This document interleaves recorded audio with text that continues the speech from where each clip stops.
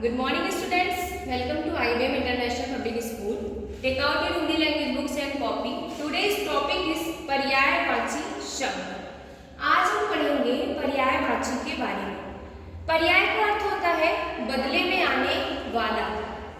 ऐसे शब्द जिनके अर्थ समान हो, मीनिंग एक हो, अर्थ ना बदले बल्कि उसके बदले में सिर्फ नाम दूसरा आ जाए, उसे हिंदी व्याकरण में क्या कहते हैं स्टूडेंट्स? पर्यायवाची. उदाहरण से समझिए. ये आपको क्या दिख रहा है स्टूडेंट्स? फूल. क्या है? फूल. अब इसकी मीनिंग नहीं बदलेगी, इसका अर्थ नहीं बदलेगा, फूल ही रहेगा. आप इसको पुष्प कहिए, सुमन कहिए, फूल कहिए या कुसुम कहिए, फूल का अर्थ नहीं बदलेगा, फूल फूल ही रहेगा. सिर्फ उसके बदले में आप क्या करते हैं? दूसरा नाम ले सकते हैं, यानी उसके बदले में आने वाला पर्यायवाची कहलाता है. दूसरे उदाहरण से समझिए. इस बॉटल में क्या है? वाटर. वाटर बॉटल लेके आते हैं ना हम लोग, पानी पीते हैं. तो इस वाटर को आप पानी कहिए, जल कहिए, नीर कहिए या कहिए जीवन.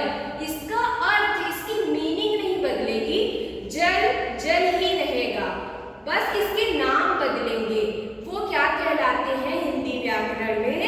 पर्यायवाची. आई होप आपको समझ में आ गया होगा. परिभाषा देखिए.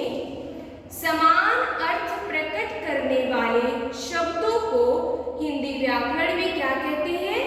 पर्यायवाची. यानी जिसकी मीनिंग सेम हो, सिर्फ उसका नाम बदल जाए. समान अर्थ देगा, सिर्फ उसके नाम बदलेंगे. पर्याय का अर्थ ही होता है बदले में आने वाला. पहला शब्द देखिए. यहाँ आपके 5 शब्द दिए गए हैं और इसके पर्यायवाची. पहला शब्द है स्टूडेंट्स आपका जल. जल का पर्यायवाची क्या होगा? अभी मैंने एग्जांपल से, उदाहरण से समझाया. पानी, नीर, जीवन.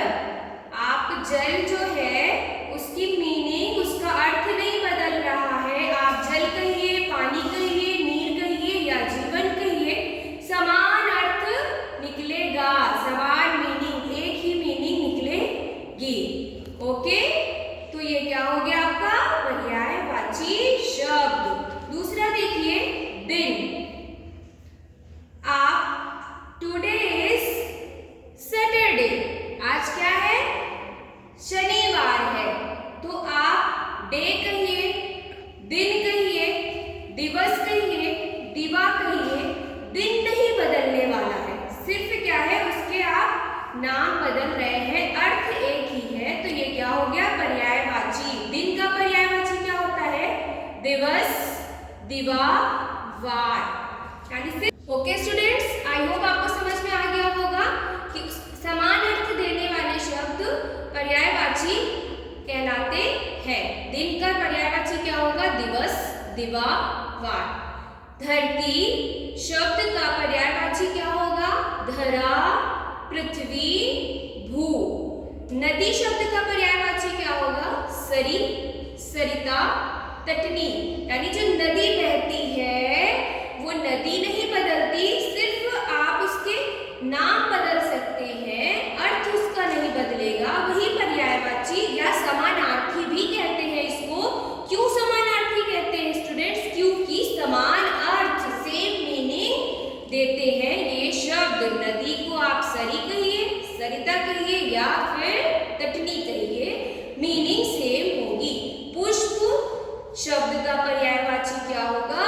फूल, सुमन, कुसुम. आई होप आपको पर्यायवाची समझ में आ गया होगा.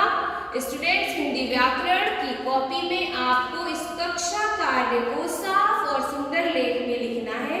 जब आप स्कूल आएंगे तो आपकी कॉपी चेक होगी और इस पर्यायवाची शब्द को याद भी करना है. Understood everyone? ओके स्टूडेंट्स, तो आज का आपका गृह कार्य है मेष. परिचय लिखें।